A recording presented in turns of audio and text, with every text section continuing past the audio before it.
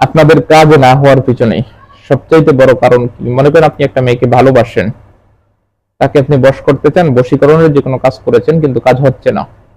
অথবা আপনি একটা ছেলেকে ভালোবাসেন, বশীকরণের কোনো কাজ করেছেন, কাজ হচ্ছে না। অথবা কোনো বিচ্ছেদের কাজ করেছেন, কাজ হচ্ছে না। আপনাদের কাজ না হওয়ার পিছনে সবচাইতে বড় কারণ কি? এই কারণটা আপনার না জানার কারণেই আপনাদের কাজ হয় না। আজকের ভিডিওতে এই কারণটা নিয়ে আলোচনা করব। আমি মনে করি আজকের এই ভিডিওটি আপনাদের জন্য খুবই গুরুত্বপূর্ণ, খুবই প্রয়োজনীয় এবং খুবই দরকারি একটি ভিডিও। তাই ভিডিওটিকে না টেনে একটু শেষ পর্যন্ত দেখার চেষ্টা করবেন। ভিডিওটি শুরু করার আগে ছোট্ট একটু অনুরোধ করব, আপনি যদি আমার এই ভিডিওটি আমার ইউটিউব চ্যানেল থেকে দেখে থাকেন তাহলে চ্যানেলটিকে সাবস্ক্রাইব, এবং ফেসবুক পেজ থেকে দেখে থাকলে পেজটিকে অবশ্যই ফলো দিয়ে রাখবেন নিয়মিত এমন গুরুত্বপূর্ণ ভিডিও পাওয়ার জন্য। চলুন তাহলে এই বিষয়ে আর কথা না বাড়িয়ে ভিডিওর মেইন আলোচনায় আসতে পারি। দর্শক, আপনাদের কাজ না হওয়ার পিছনে সবচাইতে বড় কারণ কি? আজকের ভিডিওতে এই বিষয়টি নিয়ে আলোচনা করব।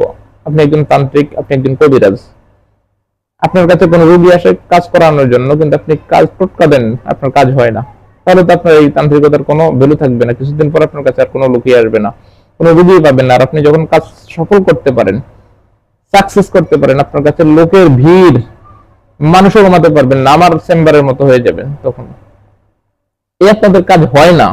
অনেকেই রিপোর্ট দেন প্রতারণার শিকার হয়েছেন। আপনাদের কাজ হয় না কেন?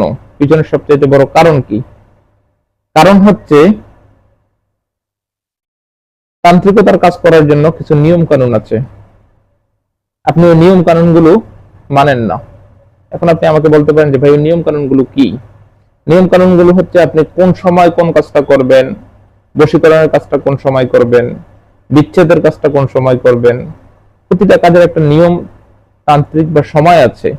কোন কাজটা আপনি কোন সময় করবেন, আপনি নিয়ম শৃঙ্খলা বজায় রেখে আপনি কাজ করেন না।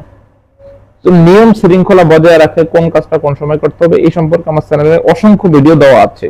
যে চ্যানেল থেকে আপনি আমার ভিডিওটি দেখছেন, এই চ্যানেলে আপনি আমার চ্যানেলে গিয়ে যদি এই নিয়ম শৃঙ্খলাগুলো আপনি একটু দেখে আসেন, তাহলে সম্পূর্ণ সব আপনি শিখতে পারবেন। আমি ওই বিষয়টা যদি আপনি এখানে আলোচনা করতে চাই, ভিডিও বিশাল বড় হয়ে যাবে। ও বিষয়ে আলোচনা করবো না, কষ্ট করে আপনারা আমার চ্যানেলে গিয়ে ওই ভিডিওগুলো দেখে আসবেন।